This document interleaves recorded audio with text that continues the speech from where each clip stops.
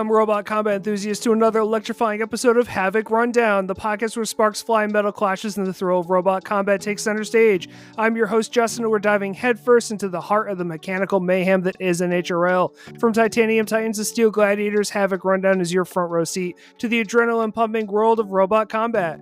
Whether you're a seasoned engineer, a casual fan, or just someone who loves to smell bot carnage in the morning, you're in for a wild ride.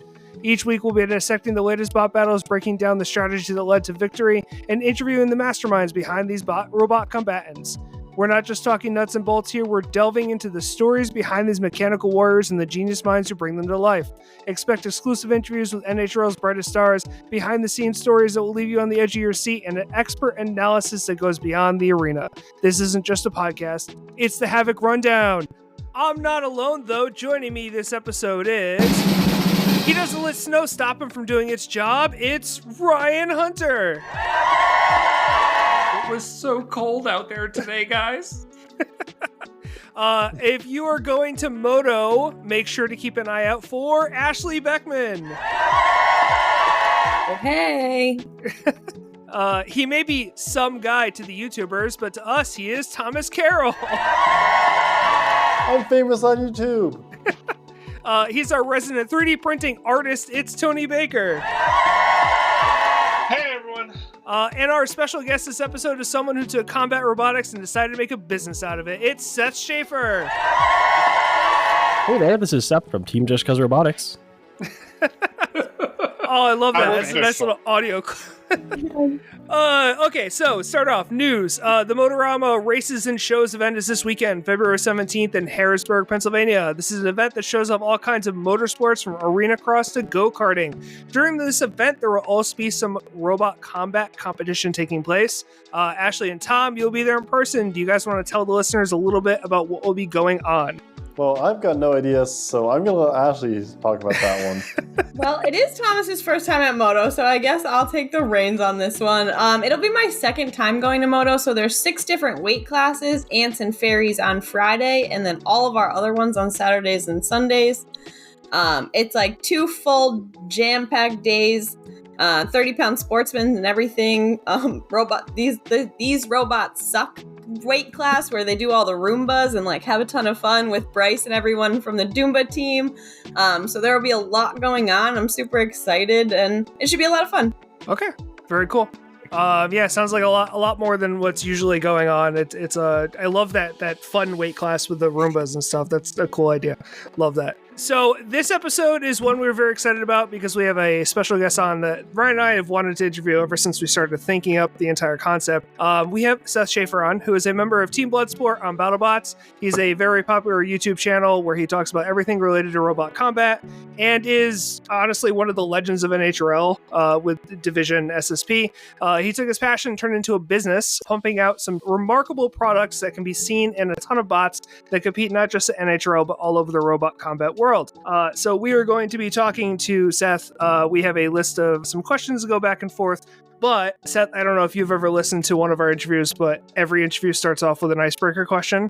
I don't know if you know the icebreaker question because it's the same question every time. So if not, then this is going to catch you by surprise. But our icebreaker question is, if you could be given a superpower, but it has to be an off-brand superpower, so not something popular like flying or speed or anything, what would it be? That's a good one. Thank you guys also. Appreciate kind words in the opening there. But yeah, I think honestly the off-brand superpower, there's a whole This American Life podcast episode about whether people wish to fly or wish to be invisible.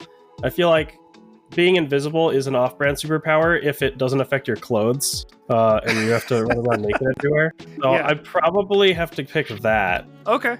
I mean, that's the one that makes most sense, right? Because as a power, turning invisible, it would be like your body doing it. Like, I don't know how you would explain that you also can turn your clothes invisible unless it's like a force field. What if only your skin turns invisible, whatever below? So you have to keep your eyes closed, you still see your hair, you still see your fingernails. No smiling. Yeah, if you smile, your mouth shows up. So Thomas, have you never watched the Venture Brothers? Because there's a character on the Venture Brothers exactly like that. I have not seen it. The invisible woman on the Venture Brothers is exactly like that. That is so cursed. Yeah. I think invisibility that affects your clothes is like usually explained by, oh, it's not my skin changing, it's I project a field of anti-light or something like that. Anti-visibility. Yeah, it's a force field. Yeah. It's like the Invincibles or the Incredibles. The girl. It's the same thing. The force field and what's her Like name Harry from Potter's Fantastic? It's like What's her this- name from Fantastic Four does the same thing. Isn't that what she does too? Yep. Yeah. Yeah. Okay. I think another good off-brand superpower is you have the ability to slow down time, but your brain function and body function all slows down just the same rate. So, as far as everyone else is concerned, absolutely nothing has changed. I like that. Okay, so let's get into the actual questions themselves. Starting off with Seth, tell us what initially got you into combat robotics. Go back to the beginning. What got you into combat robotics in the very start? So it's fitting that you guys were talking about Motorama leading up to this, because Motorama is actually the first event that I ever competed at. I think it was Motorama 2018. But basically, I've been tinkering with various things, as most people who turn into engineers do, like Legos, and taking apart my toys, and sometimes years later figuring out how to put those toys back together. And basically, I had been interested in like figuring out how to make stuff since like probably elementary school. In middle school, I got interested in a competition called Science Olympiad, and Science Olympiad is a really cool competition where you have a team of 15 students, but there's 23 events. And most of the events are like test-based things, like you'd study like earthquakes and volcanoes for an event called Dynamic Planet, where you'd study etymology and like disease spreading for disease detectives. But there were also some build events, and those were the ones that I kind of gravitated towards. There was a event called Trajectory, where you got to build catapults, and they changed the rules for the events every year, so you can't reuse devices from year to year. So like one year it's like you have to build a trebuchet, another year it's like you have to build an elastic powered device, another year, you know, it might have to be like an air powered device or something like that. So I built simple, like really basic electrical things for that. There wasn't anything quite as complicated as like full robots until I got into high school. There's a B division in middle school and a C division in high school. My high school team, my middle school team got into the national tournament one year. My high school team had gone to the national tournament basically every year for the past like 20 years. And so we went to the national tournament 4 times and got first or second in the state tournament pretty much every year while I was there. And I competed in a bunch of different events with that. There was one called Robot Arm, which was pretty cool, but it was actually my older brother's friend, Justin Keenan, kind of did a lot of the work for that because he's a genius, and I just helped with some of the, you know, mechanical aspects of it. There was a really weird thing where they basically were like, you're only limited to, or I think they made it so that basically it's possible to score all of the maximum points if your robot arm is good enough.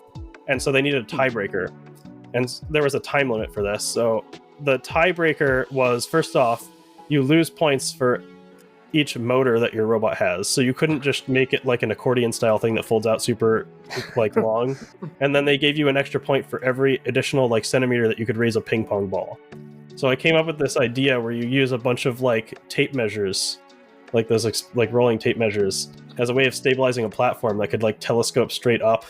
And there was some BS you had to do to get around a certain rule that like the part that raises the ping pong ball has to be used to score a point. So we literally just like wrapped a string around the lifting platform and then tied it to like a pulley and then to the arm. So at one point during our run, the lifting platform rotates the shoulder joint of the arm, and that technically counts as it being used to score a point.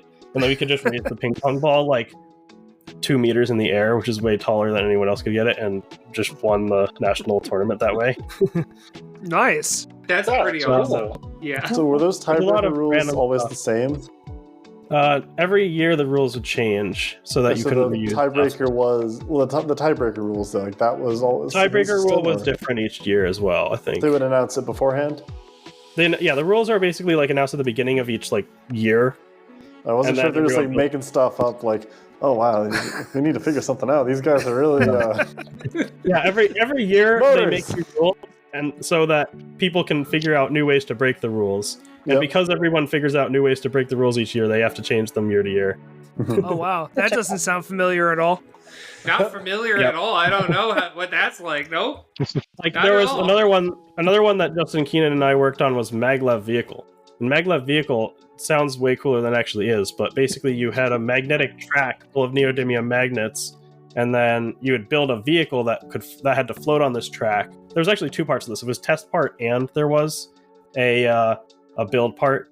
So the test part, we did it when it was a trial event at Nationals and got second place and in the whole event. But the build part for that, for the first year that they did it for real, they were like, okay, you can make your maglev vehicle as heavy as you want, and your score is how fast it goes from point A to point B at the end of the track, and it has to be powered by like basically moving air, like propellers. But you were limited to no integrated circuits, so there was you couldn't use like a brushless motor because you couldn't make a brushless motor spin with an integrated circuit. You had to just use like physical switches and like just a battery straight to your motor. So Justin Keenan found a company that was willing to like custom wind like the scariest effing RC racing motor you could think of.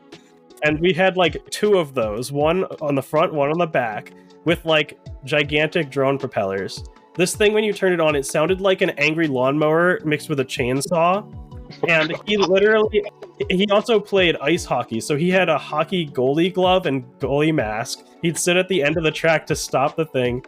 So when we go to and this was all because your score was like the weight of your vehicle divided by the time.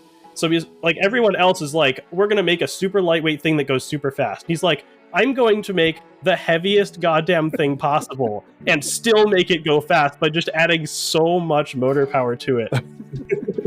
And so we got like a score of like, I think it was like more than double what the second place team did. And then after the next year, they were like, okay, now instead of it being go the fastest, it's you have to go from point A to point B in a specific amount of time, and also you're not allowed to use any unducted propellers. So they say you can't use integrated circuits, but did they allow you to do like transistors and stuff? No. I think you were actually I forget if you were allowed to specifically like discrete transistors, but I think we basically for the next event to vary the speed, we just like burned off all the heat in like giant rheostat like potentiometers. All of the extra energy is heat to control the voltage. Have you seen the people that have made 555 timers that have just discrete transistors and resistors and stuff? No, I haven't. But yeah, like people would do that sort of thing for sure. Like you just make a brushless controller out of 10,000.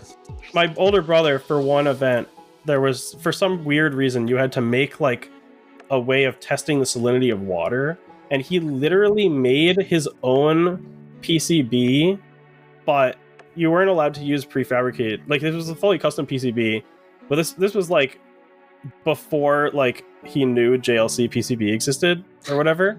So he etched it himself. Literally, just bought like a sheet of like fiberglass with copper over it, and painted every trace by hand with nail polish so that it wouldn't be etched away by a ferric acid solution. I've done the same thing except with a Sharpie. With like cordless drill. Like these are the sorts of things that I grew up with in like middle school and high school. And there was the funniest part was the ferric acid was in a water bottle in the fridge. And I asked him, "What is this?" And he's like, "Oh yeah, don't drink that. That'll probably kill you." Probably kill you. I'm not certain. Definitely might. Most likely. Yeah. See, this is why I love engineers. It's just like, oh yeah, I'll just make it up and just like make my own PCB. It'll be fine. Don't worry about it. It'll work. Yeah. Well, I spent $10 and I could spend more. Yeah. The closest thing to combat robotics that we did, which again, I sadly wasn't involved in this because this was when I was in middle school and my brother was in high school because he's 2 years older than me, but there is a video somewhere on the internet of the state champion sumo robot. And these sumo robots happen to be like, I think it was like 10 pounds. And this is like about as close to just making a wedge combat robot as you can get. And this was again, like our team just being like next level and thinking like 10,000 IQ strategies, because with sumo robots you think the number one thing is grip and pushing, is like just having like pushing power, right? But my brother and everyone else who's like seen anything with combat robots realizes the number one thing is ground game, and then just having something that moves so fast that you can get behind the opponent before they can even turn to face you. So again, this was just like use like high-end like RC car electronics and just make like a 2-wheel drive wedge platform with a wedge sharpened so nicely that he could peel tape off of the floor with it. And just the rules of the sumo competition were extremely dumb because the ring was just a tape line on the floor. It was just like a line, like a circle drawn on the floor. And you're allowed to drive your own robot out of the arena, but you only lose if you're pushed out. So he could make the robot like crazy fast because he didn't care if he ran out of the arena as long as he could circle back around and then get behind the other guy and shove them out. Wow. Why would they? I don't Yeah. know. So, changing gears into what you've been doing now, where did the idea for Division come from, and what was it like designing and fighting with that robot? The first version of Division was extremely heavily inspired by Deep Six, which I think is probably obvious to anybody who's seen Deep Six. Originally, it was actually inspired by the lightweight 60-pound version of Deep Six, though, even though it looks a lot more like the heavyweight version. So I think I started designing it before the heavyweight had actually been on TV. I think it had been built and maybe at filming or something. But yeah, basically I was like, Deep Six looks super cool. I really like the idea of like a super giant weapon. And this was the first time I'd ever built like a kinetic energy spinning robot. So the 3 robots that I designed in college were first a 30-pound lifter robot called Karma, which I brought to that Motorama 2018, like I mentioned. And it got 2 and 2, ultimately losing to none other than Jameson Goes Megatron, as you do when you bring a 30-pound bot to Motorama. And second year, we brought 2 robots. I designed a 3-pound overhead saw robot called Top Kill, and then I designed a Breaker Box inspired robot that I called Conduit as an homage to Breaker Box. And this was like a 360 lifter with a plow that's like hinged in the middle of the robot. It can rotate all the way around, which Conduit was horrible. Because I didn't realize that you need like outriggers to be able to actually lift somebody. So if you put the weight of another robot on the front of the plow, the entire body of the robot would just somersault over and over and it wouldn't be able to do anything. But it was hilarious anyway. And so I'd done 30 Sportsman Conduit, 30 Full Combat Karma, and then 3-pound Top Kill. And so with Division, I basically took the 2-wheel drive body of Top Kill and just replaced the saw mechanism with like the spinner and the like uprights. That was pretty much all that Division version 1 was. It was like a really crappy Service City Econ brushed motors that die after like you look at them funny on the drive. And then like a prop drive 3000 kV 2836 on the weapon. And the first version of it, like the weapon belt, I tried to do O-ring belts because I had learned, I helped Jonathan Schultz at the second Motorama I went to in 2019 trying to fix big, like 30-pound huge. And he was one of the inspirations for me to get like really into the sport. Like when I met him and a bunch of other builders at the first Motorama I attended, because Jonathan Schultz is like the nicest guy ever. And basically he in the second Motorama I attended in 2019, I was like, do you need any help? Because I had just gotten eliminated with Conduit losing 0-2. And he was like, yeah, I'm about to fight Emulsifier. And if my robot does not get emulsified, then I'm going to need to put it back together. And I will need very much help to do that. And at this time, Emulsifier looked nothing like the Emulsifier that you've seen at NHRL. It had like a giant, like 1.25 inch thick aluminum bar with like steel insert teeth. It just looked like absolutely horrifying. And somehow Huge beat it. And then had to like rebuild the whole robot because like everything got bent to. But yeah, so that was super cool. And, you know, props to Jonathan Schultz for being super friendly. But what was I saying? Yeah, so Division, basically, Jonathan Schultz had told me that the O-ring belts that you can like weld yourself, those polyurethane belts you can buy, are a good way to transmit power to the weapon. It turns out you need like black magic to properly weld those belts together, and I could not do that black magic. So almost every fight, the weapon belt just like split in half, and it just flew off in the middle of the fight. But somehow I think I went like 2-2 with that version. The very first fight Division ever had was against Drew Davis with a bot named Trident that probably none of you have ever seen unless you've been watching from like 2019 NHRL at 50 Day Street. And I basically had Trident push me into Brett, which at the time was a cinder block with a camera strapped to the top of it. Yep. And just like ate a chunk out of Brett and knocked on my back, and that was the end of the fight, but not before I like ripped an entire wheel out of Trident somehow. And then like I think it was my second fight was up against, for some reason, 2 Viper kits, one of which had a saw on it. And it's still to this day one of the most amazing cinematic shots of any of my robots fighting, because I hit the saw and it like ping pongs across 3 walls of the arena before coming to a stop. It's awesome. that was basically the inception of Division, and then I started trying to make it not suck as hard from then on. There is no information for Trident on the NHRL wiki, just that it's a 3-pound bot and it has its last 5 fights. I'm sure I've got a photo of it deep down somewhere. It was like, I think it was like a 4-wheel drive, like forklifty almost lifter thing, or maybe it was a front hinge lifter. There's some backlog that probably needs to be done to the NHRL wiki that we got to bring up to Gil, but Gil's busy enough as it is. So.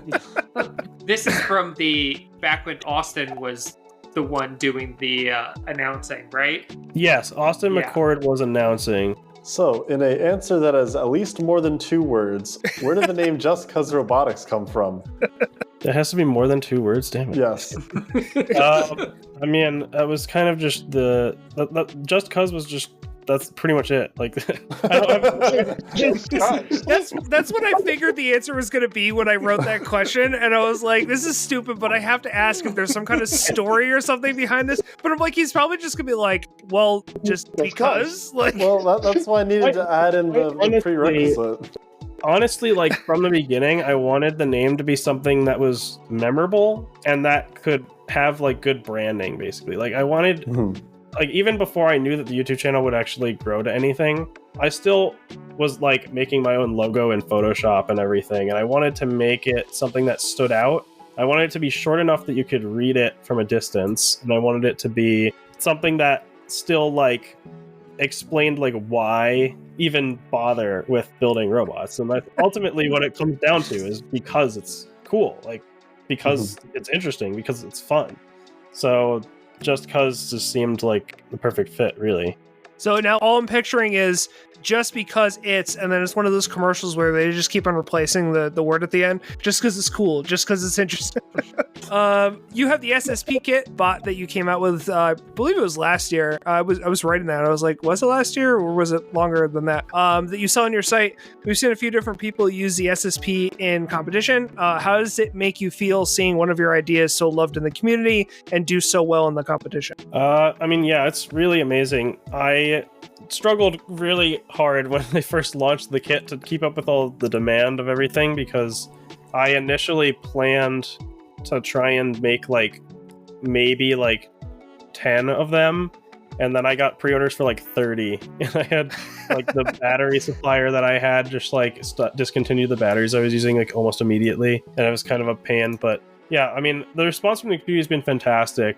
I've sold I think over 125 kits now, most of which are to individual builders, some of which to schools or other people doing different programs and stuff like that. And I still think that, like, basically the whole idea behind the SSP kit was, right now you cannot buy a 3-pound robot that you can run at NHRL legally, and that, or basically before the SSP kit existed, I mean, like, you could not buy an off-the-shelf 3-pound robot with no spinning weapon, and that was NHRL legal. The only kit that you could buy off the shelf was a D2 kit that didn't have a spinning weapon, and it's not a lifter, so it doesn't have an active weapon.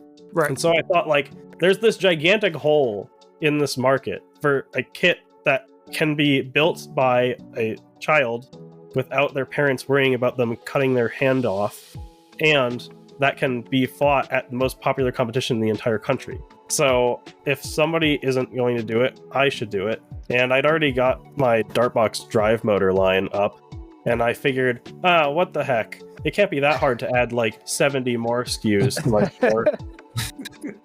And so, yeah, the SSP kit as it exists today, I believe it has, if you count every individual screw as a unique part, has like 132 unique parts in it. Oh no. And Wow. That is not very fun, but it does the job. It is still, I think, pretty easy to put together. You can buy a soldered version of it, in which case, if like, because I think soldering and electrical stuff is still by far the hardest like barrier to entry thing for new builders. Yep. So I wanted to sell an option for people who just are trying to get their feet wet and just want to do the physical build. And so if you get that version, it probably takes less than an hour to put together, and you can drive it around for fun and not worry about killing yourself, which I think is good. And more importantly, I give the CAD files, the design files for the robot, away for free. So anyone can download the 3D model. You don't have to buy the robot first, and you can modify it. You can play around with it. You can completely redesign it. And you can even just buy all the parts separately if you really wanted to, though I did price it intentionally so that if you were to, even if you 3D print the chassis, and the chassis is like the most expensive part because it's a billet machined UH&W chassis, but even if you 3D print the chassis, it will cost you more to part out the kit and buy the parts separately than it will for you to buy the kit as a whole. Because I wanted to price it aggressively enough that, well, it's not even just about it being aggressive. First of all, it's about being similar to what other kits on the market cost. And second of all, it's a fair price that ultimately is going to be what people are willing to pay for it. So before the kit was like officially launched, I think I sold the base kit for $410, which was like very, very cheap. And as soon as it started actually doing well, I was like, I have to raise the price a little bit. So now it's $430. I haven't changed it since then. But that is, I think, a pretty good price floor considering that you get everything. Like some of the kits that you can buy don't include a battery, don't include a receiver, and don't even like the D2 kit. I think like it doesn't even come with like the speed controller to drive the motors, and it's like $400. Right. So if you actually add up all the stuff for a D2 kit with the wedge, which is the default attachment, it's like I think $485. The SSP kit, which has an actual lifting weapon and a billet machine chassis, is $430 with the speed controller, with the receiver, with everything that you need to run it, and it includes 2 different fork attachments, and with the wedge attachment added, that adds like $40. So then you have 2 different fork attachments and the wedge attachment for it's a good price less point. than the price of a D2 kit, which doesn't even give you this, like once you've bought the speed controller and receiver for the D2, basically. Do you know how many you've sold so far? He said that. I think it was, I know it's like more than 125. I don't have an exact number because of like occasionally there were like shipping issues, and like some of them I sold in bulk to schools or stuff like that. But yeah, since I had also one of the issues I had, like I said, like trying to keep everything in stock and just get kits out the door was a nightmare when I was running my older website on Squarespace. So I shifted everything over to Shopify in the middle of last year. So all my analytics stuff for sales data is like split between the 2 websites, which makes it a little more annoying to get that number for you. No, I mean, we don't need an accurate figure. That's fine. Like it's an awesome kit that does really well. Yeah. You touched on it a little bit, but what inspired you to start making parts for Robot Combat? I mean, like I kind of alluded to with SSP kit, like the SSP was something that was like, there's a hole in this market that should be filled by somebody, and it may as well be me. The first product that I ever created that was, there's a very obvious problem, which is that electronics are the hardest part of building a combat robot. And whenever I was on the Facebook forums and Facebook groups and like NHRL Discord now, but those before the NHRL Discord was really a thing, it's mostly on the combat robotics and like the beta weight Facebook groups, people would ask the same questions over and over. And like, I feel like 80% of the time it's questions about electrical issues. And maybe it'll be, oh, I accidentally blew up a speed controller. I don't know what the hell happened. Or, does this battery work to power my robot? How do I wire a switch into my circuit? Like all that stuff. So the first product I launched was the basic PD board, which followed very closely by the all-in-one PD board. And this was me literally just like looking up YouTube tutorials on how to design PCBs. Like I don't know how to do any of this stuff. I don't have any formal training in electrical engineering whatsoever. I studied mechanical engineering in college, and I'm completely self-taught on everything I know about electrical stuff from Science Olympiad and all the stuff I mentioned before.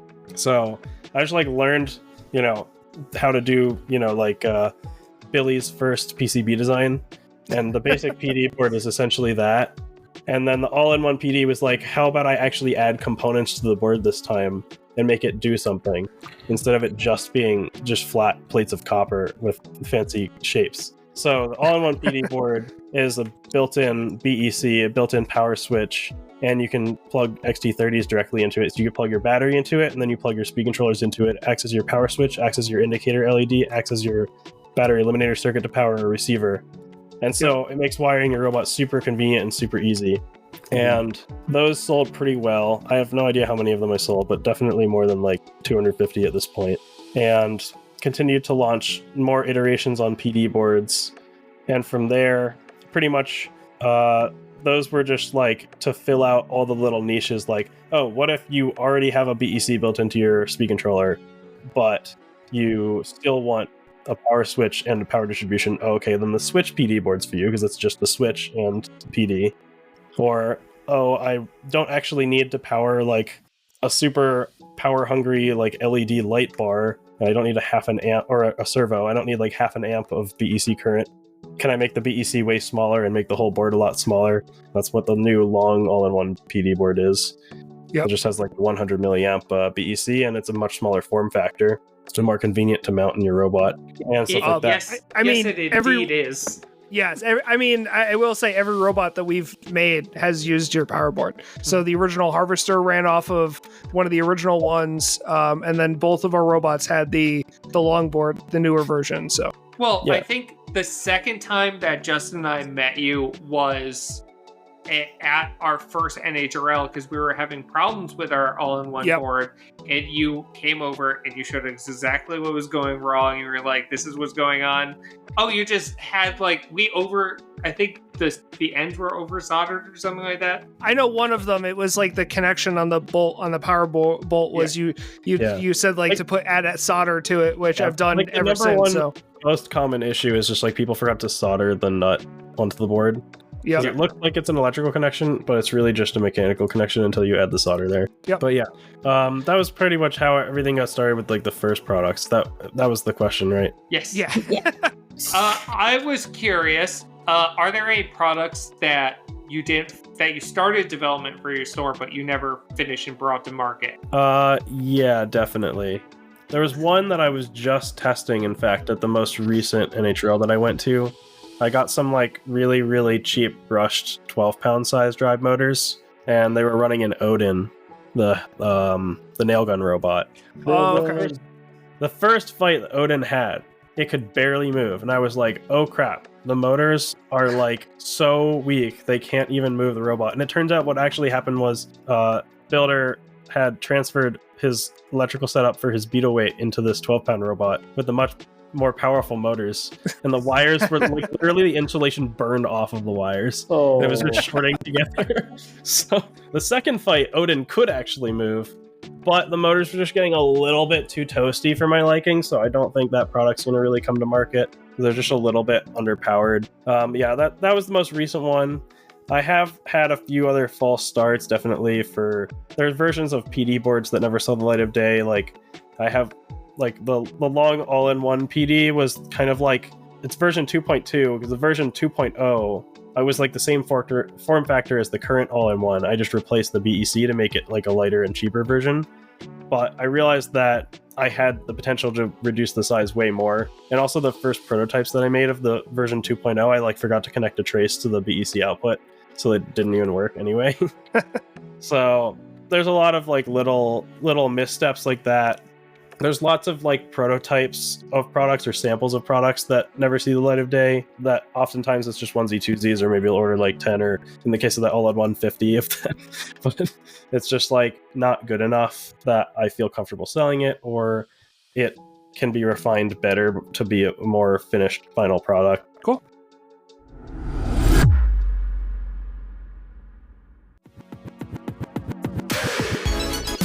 Hey listeners, I'll get you back to the episode in a minute, but first I want to talk to you about something important. You have probably heard us talk about the robot merch we are wearing, or seen teams at NHRL with some amazingly designed shirts and gear, and said to yourself, wow, I would really love one of those. Well, you are in luck, because a majority of the merchandise you are seeing is being made by Robots Ruin My Life, which is owned and operated by friend of the show, Anthony D'Ambrosio. This is a merchandise and customization shop specializing in robot combat team gear. Ever wanted to get your hands on a Ripperoni t-shirt or a Star Child jacket? Well, head on over to robotsruinmylife.com today. Again, that's robotsruinmylife.com for all of your BattleBots and NHRL merchandise. Check it out and let us know what team apparel you love to see in the comments. Okay, back to the episode.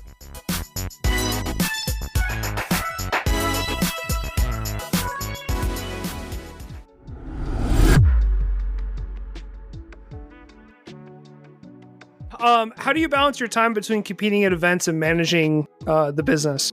That's the neat part. You don't. I'm pretty much always running around with my head cut off here. Like, especially now, like today, because I got back from a vacation on Monday. And the problem with running a business by yourself is that when you take a vacation, there's just work piling up the whole time. So when you get back, there's just like a ton to do. But yeah, I mean, I have gotten a bit better about it as time has gone on, I think, managing my time. I mean, it's hard to really strike a good balance between work and life when your work is your life and you work where you live. Like I work from home now, which it has its own challenges, as you could probably tell because I've recorded every YouTube video in my bedroom for the last like 2 years, including this call. So I am actually looking at moving to a bigger space. I'm not going to get like a separate office like building, but at least I will ideally have a separate office room from my bedroom. I'll be have a little bit better work-life separation there. I want to have like robot parts spilling over from the living room into the kitchen, into the like everywhere else, like I have now. I'm just gonna try to be a bit more diligent. You're gonna be one of those weird House Hunter episodes where you go, he wants a separate room for what? I mean, in a perfect world, I'd have 2 separate rooms. I'd have one that's the recording studio for YouTube and stuff, and that's a clean room. And then I have another that's like a workbench with the tools and everything set up in my product stocking room. But we'll see what kind of place I can find. I've been looking at different townhomes and houses for rent. I definitely can't afford to buy a house because I'm a millennial, and that's not a thing that happens. But, I'll buy an avocado toast. Yeah. What are the most challenging and rewarding aspects of designing and building parts for robots? That's a great question. I think the most rewarding part is just seeing it in use everywhere. Like I've had I found it very fulfilling when I've gone to competitions lately and I look around the pits and I just see like, you know, a substantial fraction of builders are using at least one of my components. And that means the world to me because it means that I'm actually having the impact that I wanted. Like the goal of Just Cause Robotics is to lower the barrier of entry into the sport of combat robotics. And my secret subtext goal is to inspire the next generation of engineers and STEM thinkers by making it so that kids are getting into this sport at a young age and they're learning these engineering principles and learning that they can do this thing that might seem on the surface to be a really complicated and difficult thing when you boil it down to it, I think it's something that anybody is capable of doing.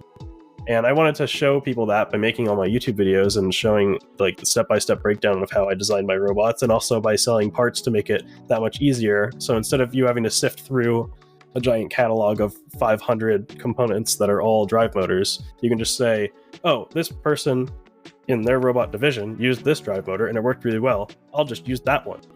And that's perfectly acceptable. You know, like you don't need to put that much more thought into it than that. If you're trying to make a robot similar to what this other person made, just use the same electronics that they used. Right.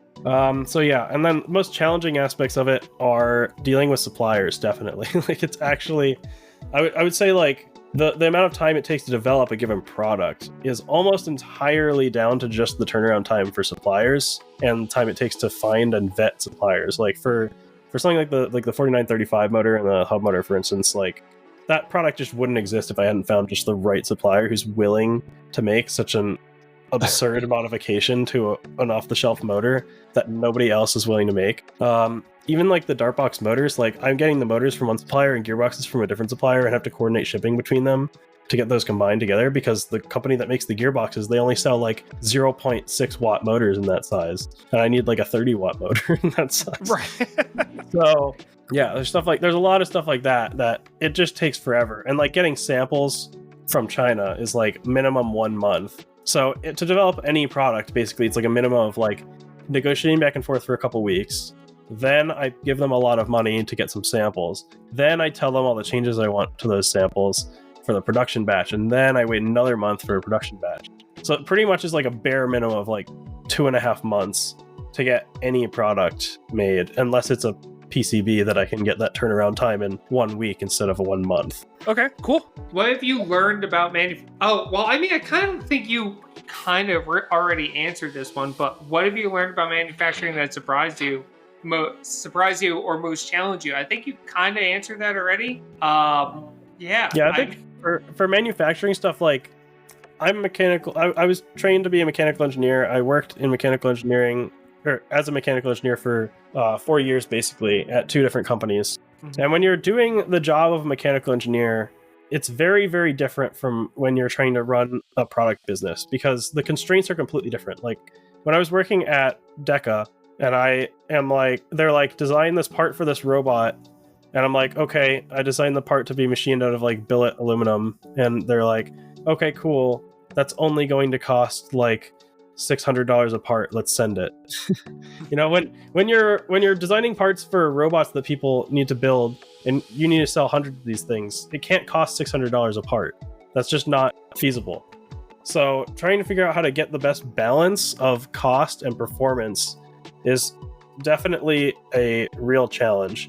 And usually the form that takes is I find a company that's selling not quite what I want, and then I ask them how crazy on modifications are they willing to let me go to make it into what I want.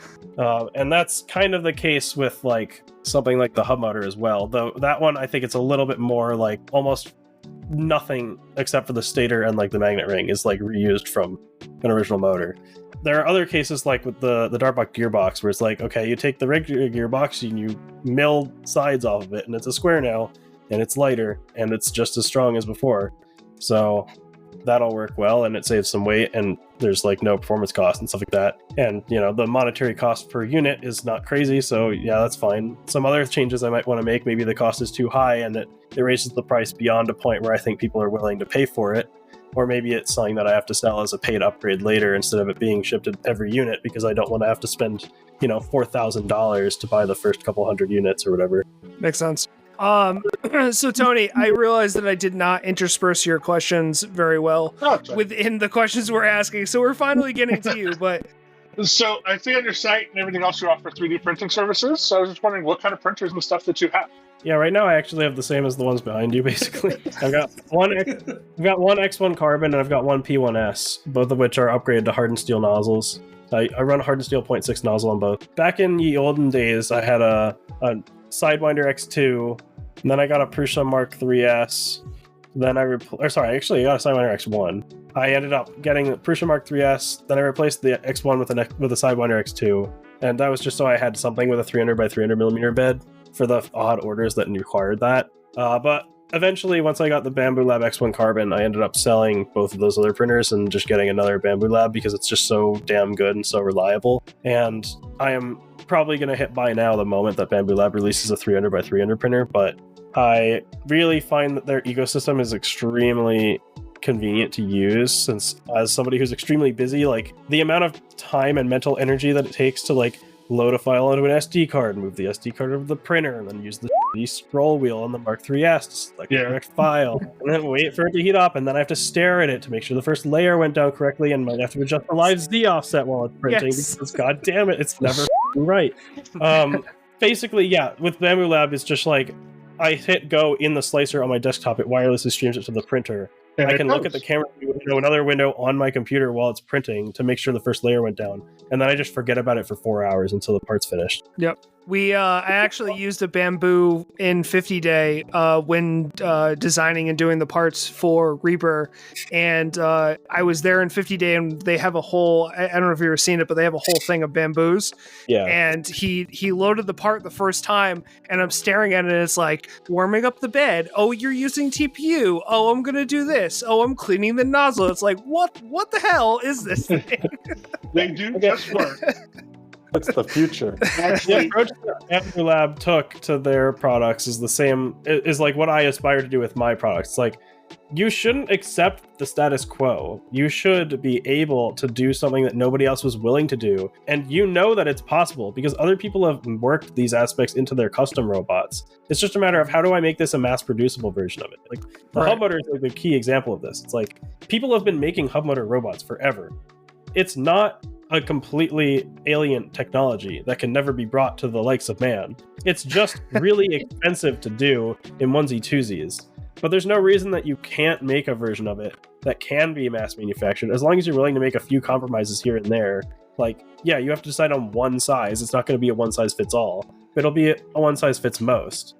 And figuring out like what KV works for most people, figuring out what, size motor works for most people, and all these other things. I also would like to give a shout out to Julian Mott for uploading his CAD for his Hyperion and for his Kronos robots to GrabCAD. They were a major inspiration in dealing with that hub motor design. I did not copy it. In fact, most of the design was inspired by his 12-pound version of Kronos Mark 1, I want to say, or maybe it was Mark 2. but I had to completely change the size of everything to make it fit in a Beetle weight, of course. Of the hub motor is like kind of like a mix of, I feel like, what Synthesis did and what Julian Mott did with Cronus, to try and make something that was like extremely robust and overbuilt for the loads that a 3-pound bot would experience, but also that, you know, is still durable enough or still small enough and light enough that it will be usable in a lot of different robot designs. I mean, I will say, you know, speaking of Synthesis, Corey is the one who helped me design my hub design for Reaper, and I saw Kevin was one of the first people to buy the hub motor from you in January, and when he brought that over, I went, well, I know what upgrade I'm making to Reaper, so I will be buying one of those at some point. I think I really predict that this year your hub motor specifically, is going to be put into a ton of robots, because hub motors, I think a lot of people are figuring out that hub motors are actually really awesome. As far as like kind of the weight saving and also the simplicity of not having to deal with a damn belt, and then your belt order didn't come in, or it's the wrong size, or your belt. You see Ryan rubbing his head. Yes. Yeah. Ryan rubbing his head because that's what he had to deal with. Yes. I feel like, for the hub motor, the not using belts thing, it's not even just about not like having to worry about a belt breaking. It's also about not having to worry about the design of a belt. Because if you really think about it, like, I feel like when I was designing Division, one of the things I was like a first version of Division, one of the things I was most nervous about is like, how do I get that center to center distance correct? How do I make sure the belt tension is correct? Like, yes, there's calculators online, but when you're doing like a custom 3D printed round belt pulley or V belt pulley, that's not trivial. And if you have to do if you want to do like a V belt that has some slip to it, like, you're usually looking at like getting a custom aluminum machined pulley anyway. So you may as well just get the custom aluminum machined hub motor. It's just so much harder to design it. So why not let me do that for you, right? Yeah. And the other aspect of it is like, my older brother has been running in New York City where he lives. He's been running like a after school robotics class where the students will like design robots to compete at NHRL. They're designing 3-pound robots, and these students have never touched CAD before in their lives. And I have to like talk to his students one-on-one sometimes and like go through and like, here's how I would go about designing this part, or like, I see what you're trying to do with this, but your wheels are like clipping through the chassis of your robot. If you actually modeled the wheels, you would see this. You need to bring the part models in to the assembly and stuff.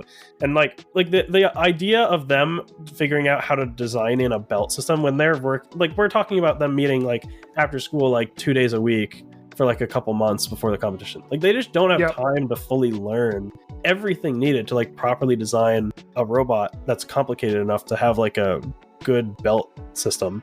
So being able to just buy a motor off the shelf and just slap your weapon directly onto it, it's so much less mental load for those students so that they can worry about just every other aspect of the bot and just making everything else better. When you have such limited time and resources, it's just about making the best of that time. So if I can make it that much easier for his students or anyone else who's brand new to CAD design to design their first custom robot by making it so that you don't have to worry about belts, then I think that is a great option. And the other thing is, especially with horizontal spinners, there's the longer your belt is, I feel like just exponentially increases the likelihood that it breaks. To the point that like most offset like mid-cutters, like Tombstone style robots, lose belts like every other fight. I think that there's some black magic that like Caldera has done to make it so that doesn't happen. Yeah. But most people have not figured out that voodoo magic. And a lot of robots, almost every single horizontal spinner that uses timing belts, and I know Caldera uses V belts, but pretty much every horizontal spinner that uses timing belts, I feel like, snaps belts like regularly. Yeah. And it's a real challenge when you have like a not very rigid frame, because you have to extend your weapon out so far from your body of your robot to make it so that that belt keeps proper tension. And so I think a hub motor is like pretty much perfect for a horizontal spinner like that, where you are going to have a real challenge keeping your frame stiff enough when you're sticking your weapon out that far for a belt to even work in the first place. So my question actually really goes along with that. What innovation do you think is going to most truly affect the field of robots this year? Hub motors. Hub motors. And I think the hub motor I'm hoping is one. Honestly, I think AM32 might be it. I think that there will be a lot of people who are holdouts from going to brushless drive that are probably going to be convinced to make the switch when they start seeing how good AM32 speed controllers are at controlling sensorless brushless motors. And that is something that I am obviously thinking about for my own future projects, but I won't say anything more on that subject. Division version 9. I mean, version 2 of Division, I did a custom brushless solution. For version 3 of Division, I started with a custom brushless solution. They both like worked-ish, but they had their issues. And I think that there are some ways to solve those issues. Okay. So what advice would you give to anybody who is considering switching from an hourly or salary job to running their own business? And what advice would you have for them? And this isn't necessarily limited to just combat robotics, but kind of in general.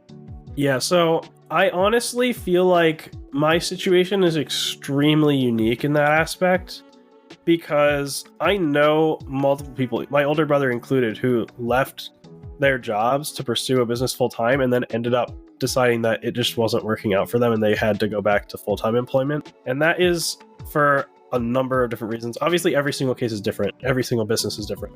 My situation was very unique because it's not like I quit my job to start Just Cause Robotics. Like, Just Cause Robotics had been a thing. The YouTube channel had been around since 2019. I filed for an LLC back in like mid 2021. I didn't quit my job until April of 2023.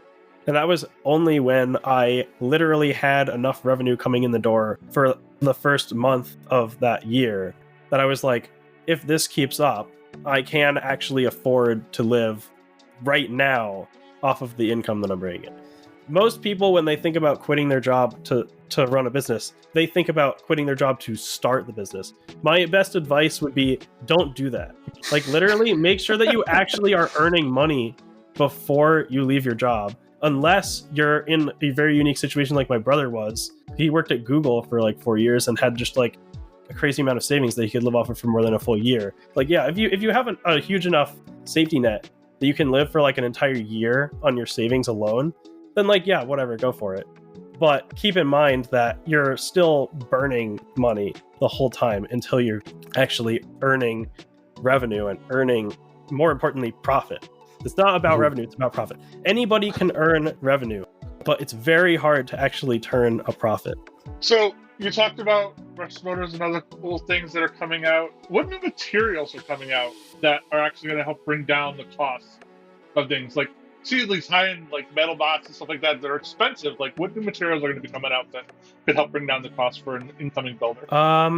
So I think that I can kind of answer that question by not answering that question directly, but I don't think that there are new materials being invented that like people are going to start using robots. I think that there are new manufacturing methods that are becoming more accessible to people that will allow people to affordably use existing materials. Like, for instance, like, I never used USW uprights on Division until Division version 4, because CNC Madness was able to make me 3 pairs of uprights for like half or a third the cost of what like Xometry or like PCBWay even might have charged to do that. And that's because they do the 2.5D with like a drill press to do extra features or whatever, instead of doing everything on like a 4-axis CNC mill or what have you. So it's the different manufacturing methods that really make it affordable enough to use the more expensive materials. Like right now, titanium from Second Sense is pretty expensive, but I've heard this new company Planeform is coming out and they are willing to cut it for cheaper. So like, that's great. And for a while, like Owen RECR was doing like custom bent titanium wedges for people, where previously you'd have to like bend it yourself with like a blowtorch and a hammer, and like that's pretty awesome. That's what I did for Division for years, and Division and a couple other of my bots when I've used titanium. So I think it's less about the materials like coming into existence and more about people actually being able to access them in a way that's affordable enough for it to make sense. I think we've increasingly been seeing, like, with the rise of these machining services like PCBWay, like Xometry, like Rapid Direct, like ZTL, people are starting to get really more and more into like machined hardened steel beater bars too, because it's accessible now. It's not like you couldn't have made one 5 years ago, but it would have been, inordinately more expensive than it is now. Very cool. I think everybody needs to write down all the names of especially Planeform at this point. if you're listening along, is like, oh, okay, Planeform. Rewind a little sounds bit. good. Play that section again. Yeah. By the way, I have no connection or sponsorship deals with any of those companies, except in the past I have had sponsorship deals with Senkutsen, and I currently have sponsorship with PCBWay. None of those other companies that I mentioned, I give them my money. I haven't actually used Playboy personally, but or Rapid Direct, but like I have gotten quotes from these companies. I give them my money if I wanted to get parts from them. So companies, if you're interested in sponsoring, Seth is... Right. Switching back to your robots, how do you test and optimize the performance and durability of your parts? Yeah, the parts that I'm selling, I try to incorporate them into my own robots, and if I can't, then I find somebody else who will, basically. Ultimately, like, the test of combat is really the best that you can get as to whether something's going to survive in combat. And that's why I've kind of started to adopt the, like, built for combat, like, moniker for my products, is because that's ultimately what they are. I want to test everything in the way in which it's going to be used. So yeah, like Division version 4, I've tested out like 3 new products in that. Subtraction, I was testing out one of those, and then like the 4935 motor was like the main thing. I'm not going to limit myself to purely only designing robots around like new products, but it does give me the most efficient way to test stuff. And when I'm waiting, like I said, for those like I have to wait a month for samples to come in, I want to test those samples right away so I can get back to the production version as soon as possible with feedback. And just throwing it into my own robot and running out of a competition is the most expedient way to do that. Are there any products that you've thought up that are either not possible to make, either because they're not cost effective or the parts are not readily available? So is there anything that you've like thought of, but then when you've actually looked into it, you're like, well, this wouldn't, I wouldn't be able to do that right now? Yeah, I think one that I had thought of recently was like, and this might, I think this is more of like just the laws of physics don't allow this to like work really, but like, you know how you get like a hoverboard, and the hoverboard's just a hub motor with a tire on it, basically. I was thinking, like, how far down can you shrink that before there's just not enough torque to move a robot anymore? I was thinking, like, is it possible to make a hub motor that's just like inside the wheel of like a 3-pound robot? But I think ultimately just you run into the problems where the kV is so low compared to the size of motor that it would be only able to draw like 1 amp of current, and there would just be no torque. Like no special color would be able to modulate the current effectively enough for that to work. So yeah, there are some physical limitations for things that get in the way. But I would like to see it someday if it like, can you do something like with the MIT Mini Cheetah actuator, where it's like the brushless motor and like a 5-to-1 planetary stage like packed into one actuator. That would be pretty cool. I don't know how I would ever get something like that made, but it would be super cool. And then I have one last question before we go to our community transmissions, which we have a question from Julian in there.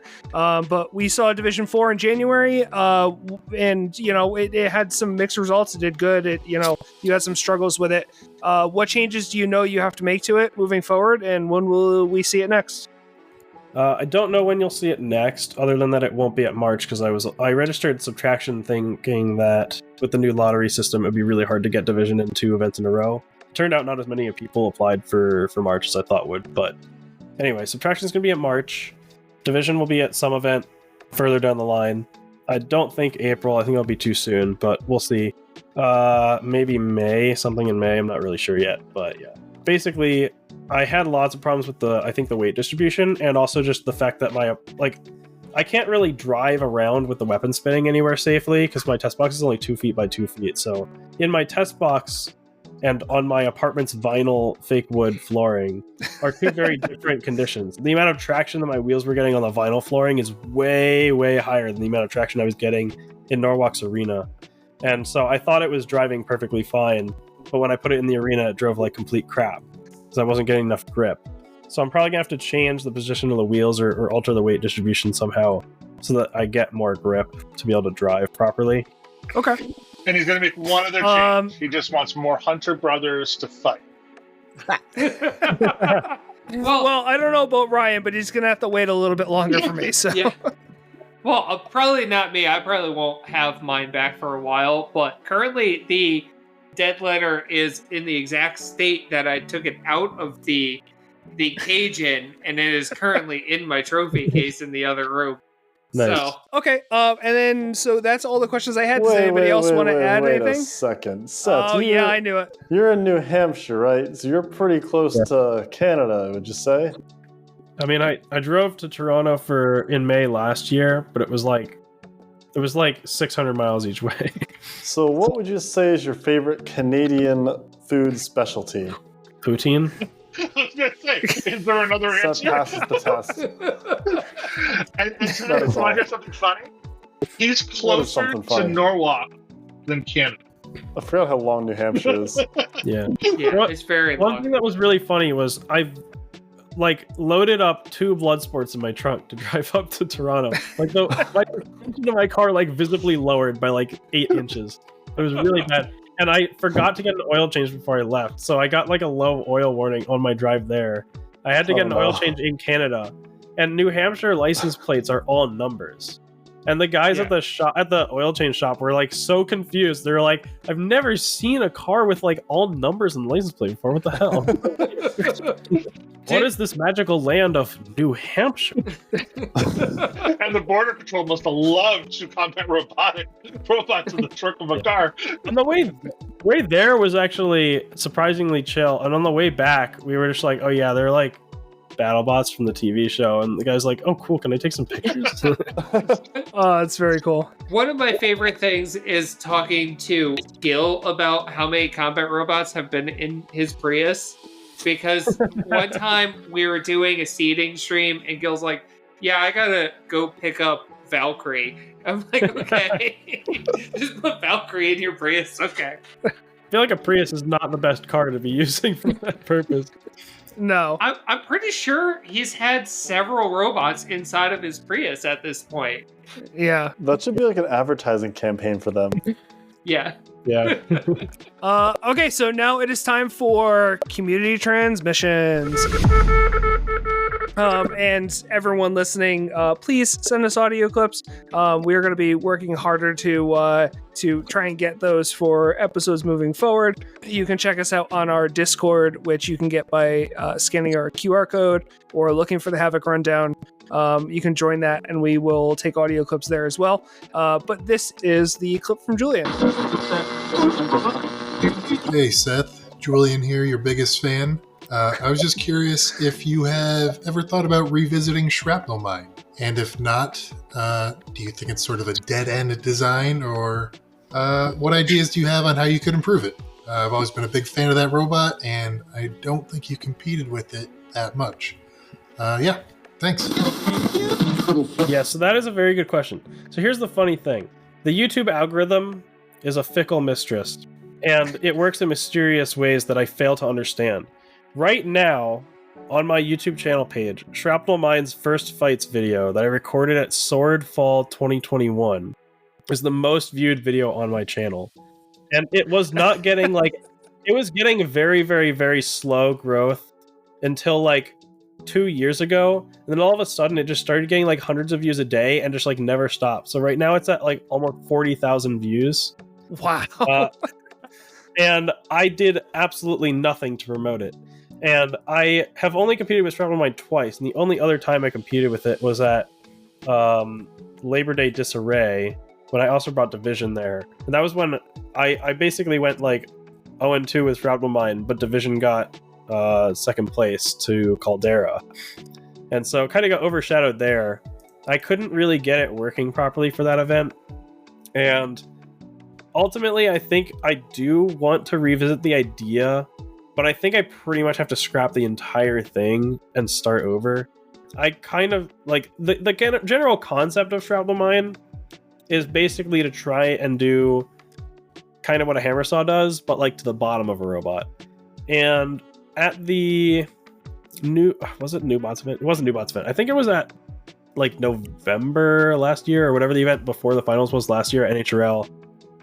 Aaron Hill brought this crazy swerve drive hammer saw bot that could rotate its arm 360 degrees, and he was like, yeah, this is trying to do the same exact thing that you were trying to do with Shrapnel Mine, but his robot was I forget, it was Dr. Zoc something, or I can't remember what it was called. It was insane. It worked okay a little bit, but the way he actuated the arm is crazy complicated, and I could never attempt to do it better than Aaron Hill would, as is probably the case for anything Aaron Hill's ever touched. So yeah, blip. Yeah, I think ultimately what I would probably try to do for a Shrapnel Mine revival is either completely ditch the front hinging forks in favor of a static fork setup at the front, but there'd be like a TPU arm that's like flexible, that's attached to the saw arm that does the job of flipping the robot over, so I don't need the complicated linkage system. Or I might just like make it 4-wheel drive control bot, like basically just make it like an SSP, but have like a servo to actuate the front hinge and a separate servo to actuate the arm. The whole idea behind the linkage system on Shrapnel Mine was to try and make it so I could power it with just one servo, but the added mechanical complexity, I don't know if it was necessarily worth it to get that. So having to have that like complicated linkage system, it was like such a pain to design. Also, to be completely honest, one of the reasons I haven't revisited Shrapnel Mine is because Fusion 360 just absolutely vomits when I open that model right now. Like as soon as I hit update references, like the entire thing disassembles itself into like a random exploded view, and I can't like manipulate any of it. So that's the other thing, is just like, because I literally just have to start the whole thing over from scratch at this point to make any progress on it. It's just been a lot of extra effort to go through. Yeah, and I can imagine owning your own business and stuff like that. That's just not a time sink that you want to put anything into at the moment. I think there will definitely be a revisit of the Shrapnel Mine concept someday. It might or might not be called Shrapnel Mine. I probably have to call it Shrapnel Mine just because of the stupid video, but like honestly, I might have just let the whole idea die quietly if that video hadn't just like crept up to like over 30,000 views though. But at this point I get comments like every now and again being like, hey, when is this robot gonna come back? Like, have you seen this comment on the video about the mice and the weasels? There's a comment on yeah, I do not understand it at all. I think I know what you're talking about. I haven't read it in a very long time. Let me see. Thomas, there are read some the comment. extremely interesting comments that my YouTube channel has gotten lately. There was one really funny one. What's the comment, Thomas? You can't just mention that we're in an audio format. You can't just. I can't find it. It was about. Okay, so this person says Shrapnel Mine reminds me of a story I read once. It was about mice who are at war with weasels. The weasels had won their most recent encounter because of their armor technology. This one mouse was able to get his hands, I guess they have hands, on a weasel helmet and bring it to his fellow mice. They made their own suits using the technology and went off to battle the weasels once again. But then it started to rain. The mice's suits became filled with mud. Mobility became difficult.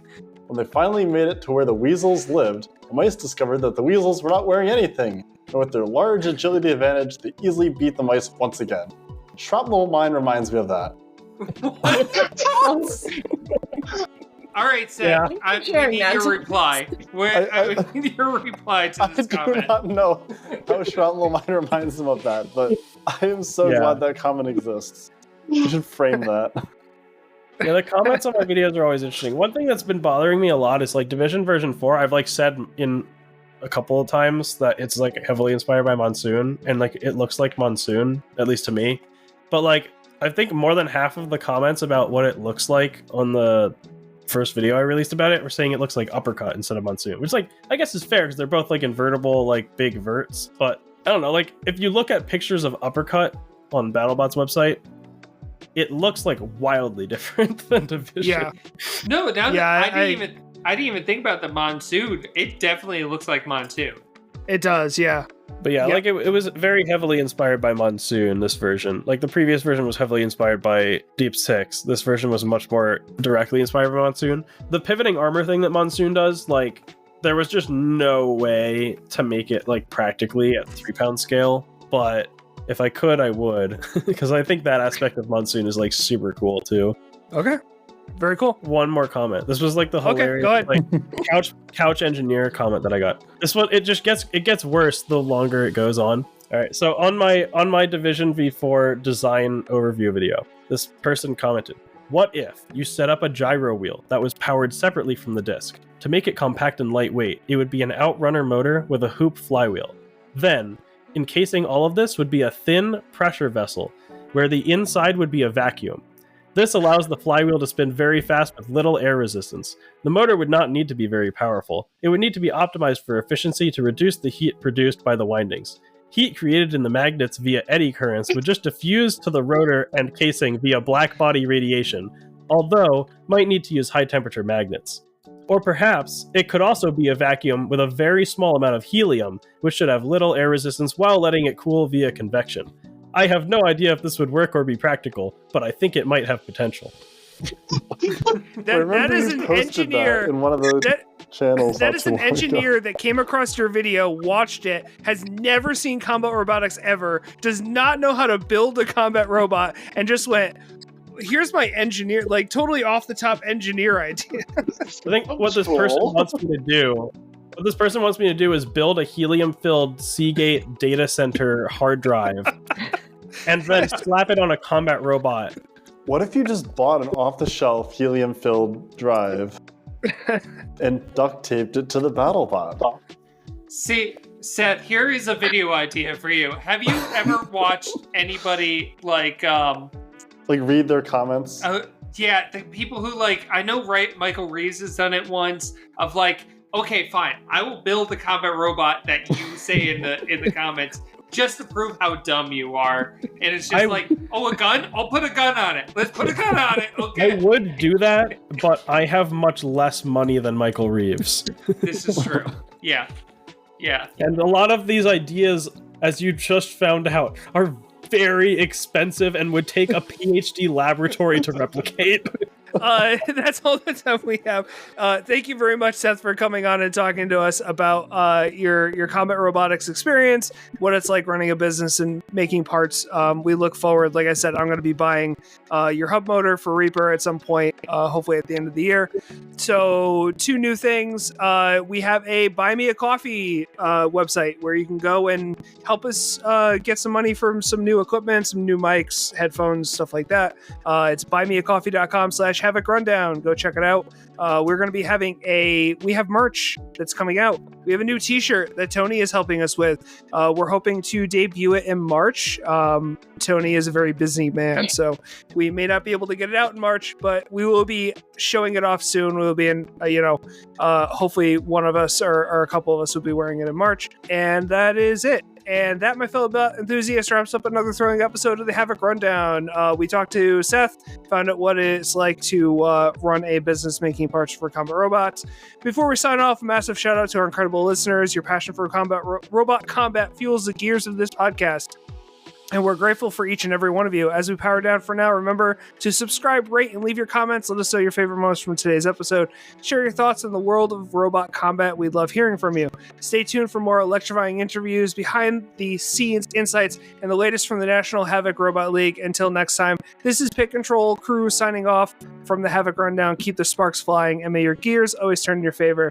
Everyone say goodnight. Good night. Or goodbye, whatever you want to say. Don't let those weasels beat you. Good night or goodbye or whatever. Bye, everyone.